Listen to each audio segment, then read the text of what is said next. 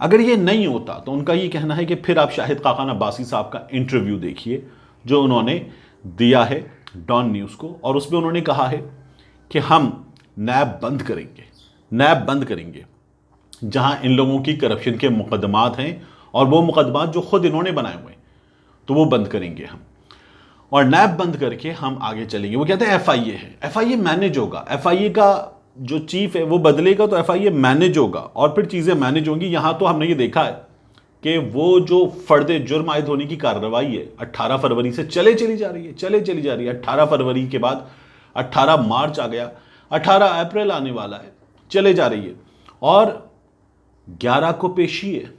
میاں شہباز شریف کی وزیر اعظم بننے سے پہلے 11 کو پیشی سے پہلے اب یہ آ گیا ہے کہ وہ 9 کو وزیر اعظم بھی بنیں گے، تو یہ 11 کی پیشی سے پہلے ہو رہا ہے جب انہیں عدالت میں جانا ہے، جب ان کی گرفتاری ہو سکتی ہے، تو یہ کام اس موقع پر ہو رہا ہے۔ ایک ٹارگٹ ان کا یہ ہے۔ دوسرے کہتے ہیں یہ جو اصلاحات ہیں، الیکشن اصلاحات یہ کرنی ہے، یہ ای وی ایم وغیرہ فارغ کرنا ہے، الیکٹرانک ووٹنگ مشین فارغ کرنی ہے، تو یہ لوگ الیکٹرانک ووٹنگ مشین فارغ کریں گے، اور الیکٹرانک ووٹنگ مشین فارغ کر کے یہ لائیں گے اپنی مرضی کا انتخابی نظام۔ اس عرصے میں یہ ٹرانسفر، پوسٹنگ، بندے لگانا، اپنی مرضی کے لگانا، مینج کرنا، چیزوں کو، انفلوئنسرز کو مینج کرنا، یہ سب کچھ کر لیں گے۔ تو یہ کام کرنا ہے، اور یہ کام کر کے یہ لوگ جائیں گے انتخابات میں۔ یہ انتخابات کا جو وقت ہے، یہ ایک ایک اینٹ اپنی مرضی سے لگانا، یہ کام کرنا ہے۔ تو ان کو یہ کام کرنا ہے، اور اس کے بعد یہ لوگ آگے بڑھیں گے، اس لیے یہ سب کچھ ہو رہا ہے۔ اور اوورسیز پاکستانیوں کا جو ووٹ ہے وہ ان کا بڑا ٹارگٹ ہے، کیونکہ ان کو یہ پتا ہے کہ اوورسیز پاکستانی جو ہیں وہ عمران خان کے سب سے زیادہ بڑی تعداد میں ووٹر ہیں۔ تو اوورسیز پاکستانیوں کا جو ووٹ ہے اس کا پتہ صاف کرنا ہے۔ یہ ہے وہ بلہ جو تھیلے سے باہر نکل کر آیا ہے۔ نیب ان کا ٹارگٹ ہے، ای وی ایم ان کا ٹارگٹ ہے، اوورسیز پاکستانیوں کا ووٹ ان کا ٹارگٹ ہے، اور پھر اس کے بعد تمام چیزیں مینج کریں گے، اور مینج کر کے انتخابات میں جائیں گے۔ یہ پی ٹی آئی کو پری پول ریگنگ میں ماریں گے، اور اس کے بعد یہ ریگنگ میں بھی ماریں گے۔ حلقہ بندیاں ہیں، حد بندیاں ہیں، سب کچھ ہے، یہ اس پہ مینج کریں گے۔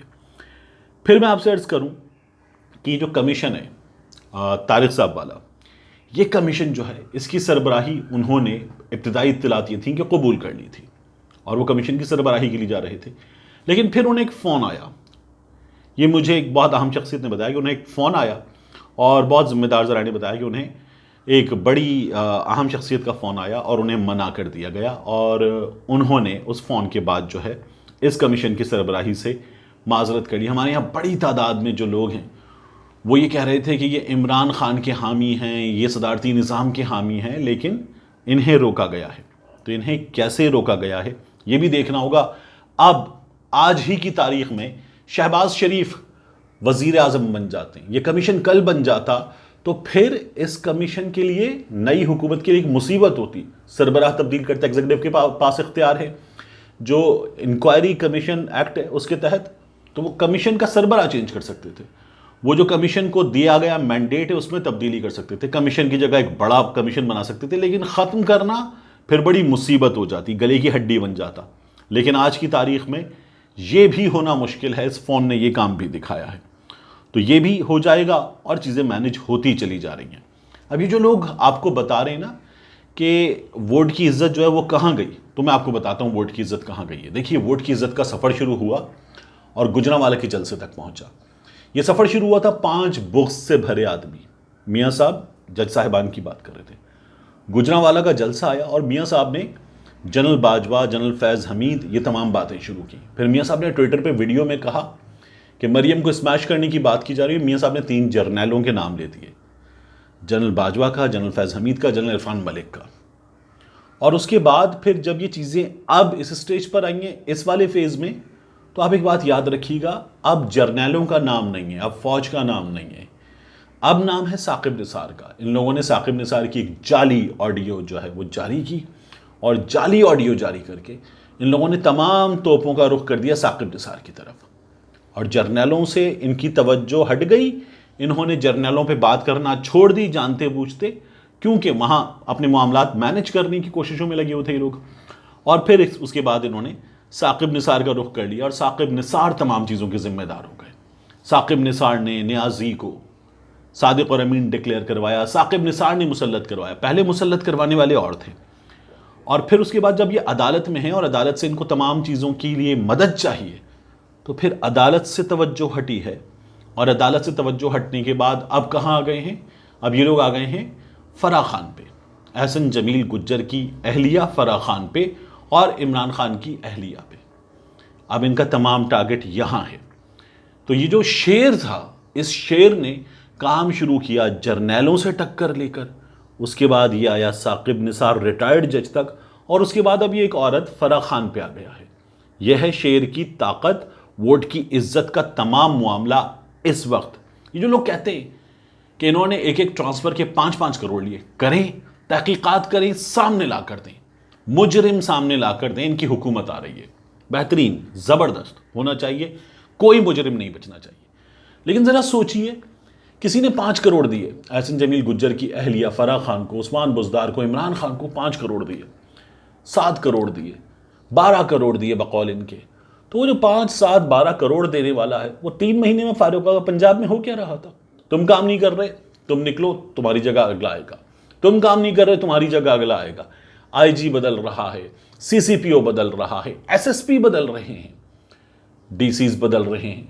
جب یہ سب کچھ ہو رہا ہے، سیکرٹریز بدل رہے ہیں، تو پھر کیسے الزام لگایا جا رہا ہے کہ 5, 7, 12 کروڑ لیے جا رہے ہیں؟ جس نے 7 کروڑ دیے ہیں اس کا ایسے تبادلہ ہوگا، 2, 3, 2.5 مہینوں میں تبادلہ ہوگا؟ نہیں، ان الزامات کی تحقیقات کریں، ان کی سچائی ہمارے سامنے لا کے رکھیں، ورنہ یہ محض باتیں ہیں۔ ابھی جو عمران خان صاحب کو مشورہ دیا جا رہا ہے کہ لمبا کر دیجئے اور آج کی تاریخ میں ووٹنگ نہ ہو، اس پر میں اپنی رائے آپ کو دے دوں، یہ غلط مشورہ، یہ خان صاحب کو نہیں ملنا چاہیے، اور خان صاحب کو اس کو نہیں ماننا چاہیے۔ اس کے بجائے تحریک عدم اعتماد پہ ووٹنگ ہو جائے، شہباز شریف صاحب آ جائیں اگر آ رہے ہیں، اور اس کے بعد عمران خان ان کے خلاف ڈٹ کے مخالفت کریں، ڈٹ کے حزب اختلاف کی سیاست کریں، یہ بہترین حکمت عملی ہوگی۔ ملتے ہیں انشاءاللہ آپ سے اگلی ویڈیو میں۔